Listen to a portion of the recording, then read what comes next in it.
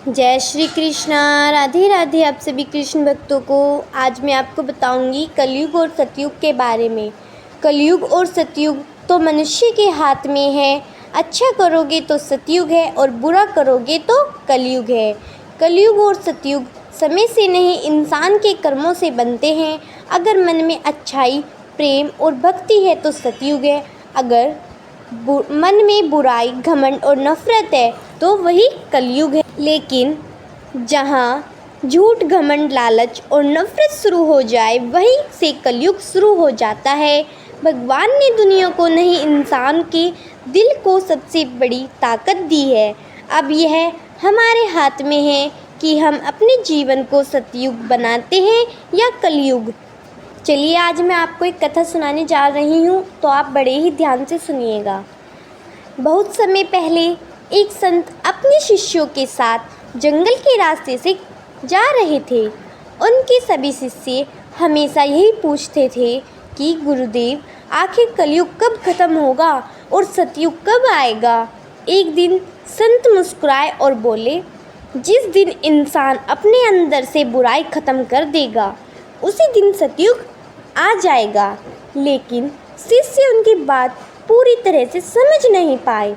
चलते चलते वे एक गांव में पहुंचे। वहां एक अमीर मनुष्य रहता था। उसके पास धन की कोई कमी नहीं थी। बड़ा घर था, नौकर थे, सम्मान सब कुछ था। लेकिन फिर भी वह हमेशा परेशान रहता था। वह हर समय दूसरों को नीचा दिखाता, गरीबों का मजाक उड़ाता और अपने घमंड में जीता था। गांव के मनुष्य उससे डरते थे, लेकिन दिल से कोई उसका सम्मान नहीं करता था। संत ने अपने शिष्यों से पूछा, बताओ, इतना धन होने के बाद भी इसके जीवन में शांति क्यों नहीं है। शिष्य चुप हो गए। फिर संत उन्हें गांव के किनारे एक छोटी सी झोपड़ी में ले गए। वहां एक बूढ़ी माँ अपने छोटे से परिवार के साथ रहती थी।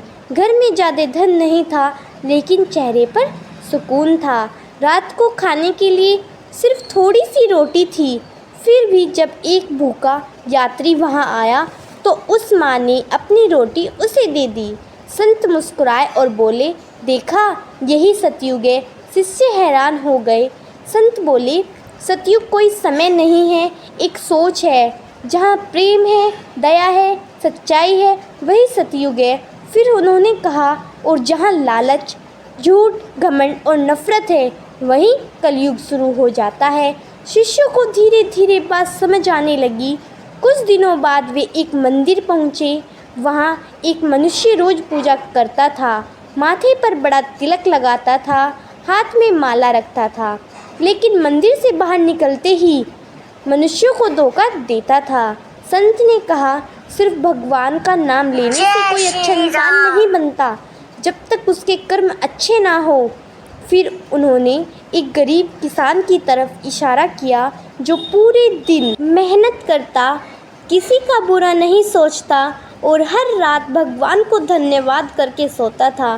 संत बोले, भगवान उसके ज़्यादा करीब है क्योंकि उसके दिल में सच्चाई है। धीरे धीरे शिष्यों को समझ आने लगा कि युग बाहर नहीं, इंसान के अंदर होते हैं।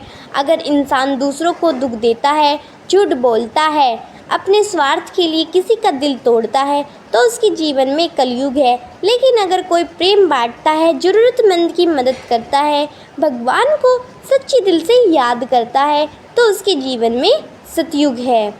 संत ने अपने शिष्यों से कहा, भगवान ने इंसान को दो रास्ते दिए हैं, एक रास्ता अच्छाई का तो दूसरा रास्ता बुराई का।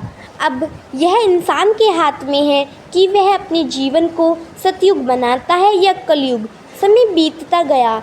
एक दिन शिष्यों ने पूछा, गुरुदेव, क्या भगवान आज भी इस धरती पर आते हैं। संत मुस्कुराए और बोले, जब कोई भूखे को खाना खिलाता है वहाँ भगवान होते हैं। जब कोई रोते हुए इंसान को सहारा देता है वहाँ भगवान होते हैं। और जब कोई सच्चे मन से भगवान को पुकारता है तो भगवान किसी न किसी रूप में उसकी मदद ज़रूर करते हैं।